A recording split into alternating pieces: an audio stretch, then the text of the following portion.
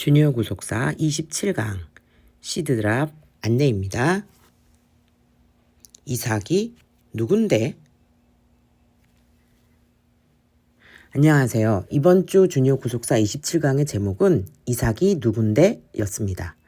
이번 강의에서는 우리가 잘 알고 있는 이삭이라는 인물을 단순히 아브라함의 아들이라는 관점에서 바라보는 것이 아니라 구속사의 큰 흐름 속에서 어떤 의미를 갖는 인물인지 새롭게 조명해 보는 것에 초점을 맞췄습니다. 그리고 우리 주니어들이 스스로 이 질문의 답을 찾아가도록 강의를 진행했습니다. 먼저 27강을 아주 짧게 돌아보겠습니다.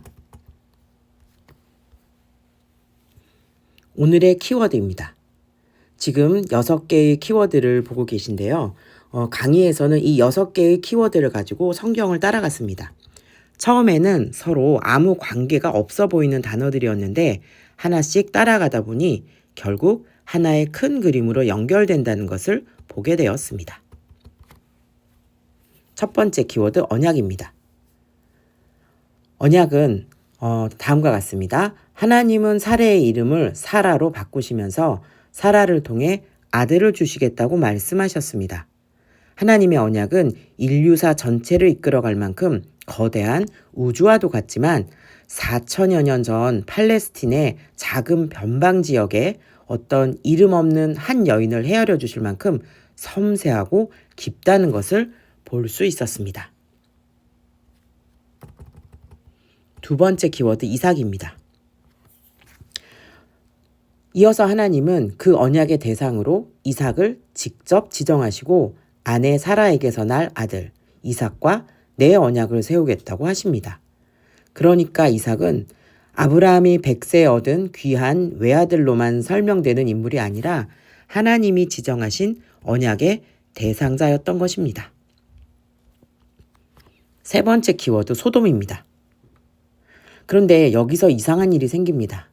한참 이삭 이야기를 하시던 하나님께서 갑자기 소돔성 이야기를 꺼내십니다. 솔직히 이삭과 소돔성 사이에서 어떤 개연성이 느껴지십니까? 또 하나님은 아브라함아 내가 너에게 뭘 숨기겠느냐 하시면서 소돔성의 죄악이 심히 무겁다라고 말씀하십니다. 마치 이건 아무도 모르는 건데 너만 알고 있어 라면서 어떤 정보를 슬쩍 흘려주는 듯한 뉘앙스입니다. 역사의 주관자 되신 하나님께서 복을 주시든 심판을 하시든 누가 감히 뭐라고 할 수 있겠습니까? 그런데 소돔성의 심판에 대해 굳이 아브라함에게 말씀하신 이유가 뭘까요? 네 번째 키워드 중보입니다. 소돔을 멸망시키겠다는 하나님의 계획을 알게 된 아브라함은 하나님 앞에서 소돔성을 위해 계속 간구합니다. 50, 45, 40, 30, 20, 10 이거 뭔지 잘 아시죠? 마치 하나님과 딜을 하는 것 같습니다. 아브라함은 하나님과 소돔성 사이에 선 중보자였던 겁니다. 그래서 하나님은 아브라함에게 일부러 소돔성의 멸망에 대해 말씀을 하셨던 것 같습니다. 제 개인적으로는 아브라함이 이런 하나님의 의도를 알았을까 살짝 궁금하기도 했습니다. 다섯 번째 키워드 복의 통로입니다. 그런데 이 장면을 보면서 우리는 아브라함에게 처음 주셨던 하나님의 말씀이 떠오릅니다. 너는 복이 될지라. 아브라함은 복을 혼자 누리는 사람이 아니라 하나님의 복이 다른 사람에게 흘러가게 하는 복의 통로와 같은 사람입니다. 앞서 창세기 14장에서도 아브라함은 그돌라오멜 연합국과의 전쟁에서 포로로 사로잡힌 소돔성 사람들과 롯을 구해낸 적이 있습니다. 그러니까 소돔성을 향한 아브라함의 중보자적 모습은 아브라함이 복의 통로인 자신의 IM을 삶으로 살아내는 모습을 보여준 중요한 사례였던 것입니다. 마지막 여섯 번째 키워드 계승입니다. 복의 통로 아브라함 옆에 붙어만 있으면 복에 접붙임 될 수 있겠죠. 그런데 그런 아브라함이 죽으면 어떻게 될까요? 아브라함에게 주신 언약과 사명도 끝날까요? 하나님은 이런 문제점을 훤히 꿰뚫고 알고 계셨습니다. 그래서 아브라함에게 주신 언약을 이삭을 통해서도 이어가십니다. 그러니까 이삭은 아브라함 가문의 계보를 잇는 후계자이기도 했지만 아브라함에게 주신 언약과 사명을 이어가는 첫 계승자였던 겁니다. 하나님은 이삭의 정체성을 이렇게 바라보셨을 것 같습니다. 지난 25강에서 우리는 하나님의 I am에 대해 배우고 나의 I am을 찾아보는 에세이를 써봤습니다.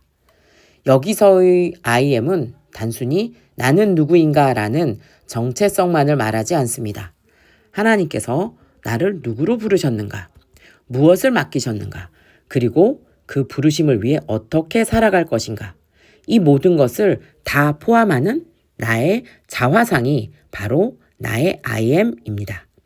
그런 의미에서 아브라함의 I am은 마치 소프트웨어가 새로운 하드웨어에 다시 장착되듯이 그의 아들 이삭에게로 이어집니다. 그래서 아브라함을 복의 통로라고 말한다면 이삭은 언약의 연결점이라고 말할 수 있을 것 같습니다. 제 개인적으로 이 연결점이라는 말이 이번 27강에서 새롭게 건진 저의 큰 레마입니다. 그런데 여기서 이야기가 끝나지 않죠. 이삭이 이어받은 언약과 사명은 훗날 예수 그리스도 안에서 완성되고 이제는 우리에게까지 이어져 왔습니다. 아브라함에게서 이삭, 이삭에게서 예수 그리스도, 그리고 오늘을 사는 우리에게까지. 이번 주니어 구속사 27강은 단순히 이삭의 출생 스토리를 리뷰한 것이 아닙니다. 하나님의 언약이 아브라함 한 사람에게서 시작하여 오늘 우리에게까지 어떻게 이어져 왔는지를 본 것입니다. 자, 그럼 이제 27강의 시드드랍 미션을 위해서 함께 생각해 보면 좋겠습니다. 아브라함이 복의 통로였고 이삭이 언약의 연결점이었다면 그렇다면 나의 I am은 지금쯤 어디에 있을까요? 첫 번째 묵상 미션입니다. 아브라함은 하나님께 받은 복을 자기 안에 가두지 않았습니다. 소돔을 위해 싸웠고 또 소돔을 위해 하나님 앞에 중보자로 섰습니다. 자, 그렇다면 나는 어떤가요? 하나님께서 내게 주신 복이 지금 누구에게로 흘러가고 있는지, 내게 주신 복은 무엇이며 그 복이 누구에게로 흘러갈지 그 누구에 대해서 한번 생각해 보면 좋겠습니다. 두 번째 묵상 미션입니다. 나의 소돔은 어디인가? 그런데 여기서 소돔은 내가 싫어하는 사람이거나 내가 정죄하고 싶은 그런 대상을 뜻하지 않습니다. 하나님께서 내 마음에 품게 하시고 기도하게 하시는 사람이나 그 상황을 생각해 보시면 됩니다. 지금 내가 하나님과 사람 사이에 서서 품고 기도해 주어야 할 사람 또는 가족, 공동체, 직면한 상황은 무엇일까요? 한번 생각해 보시기 바랍니다. 세 번째 묵상 미션입니다. 나에게서 이어지는 것은 무엇일까? 여기서는 계승이라는 것을 자기의 삶으로 직접 가져오는 과정입니다. 이삭은 아브라함에게서 언약과 사명을 이어받았습니다. 그렇다면 나에게서 다음 사람에게는 무엇이 이어질 수 있을까요? 곰곰이 생각해 보시고 내가 하나님께 받은 또는 앞으로 받게 될 것을 다른 사람들에게 어떤 걸 남기고 싶은지 한번 빈칸에 써보시기 바랍니다. 가족이 모두 엄마, 아빠, 그리고 사랑스러운 우리 주니어들 모두 한 가지씩 꼭 써보시기 바랍니다. 마지막 이번 주 111 실천입니다. 여기서는 한 사람을 정합니다. 그리고 내가 그 사람에게 흘려보내고 싶은 하나님의 복을 한 가지 정합니다. 그리고 그 사람을 위해 매일 1분 이상 기도합니다. 이건 실천할 수 있겠죠? 그쵸? 함께 기도하시고 마치겠습니다.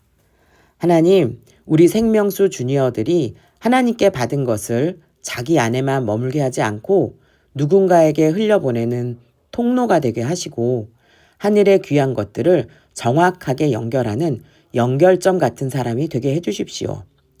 또한 생명수 주니어들의 부모님과 그 가정이 되게 해주십시오. 그렇게 되어질 것을 예수 그리스도의 이름으로 선포하며 예수님의 이름으로 기도합니다. 아멘.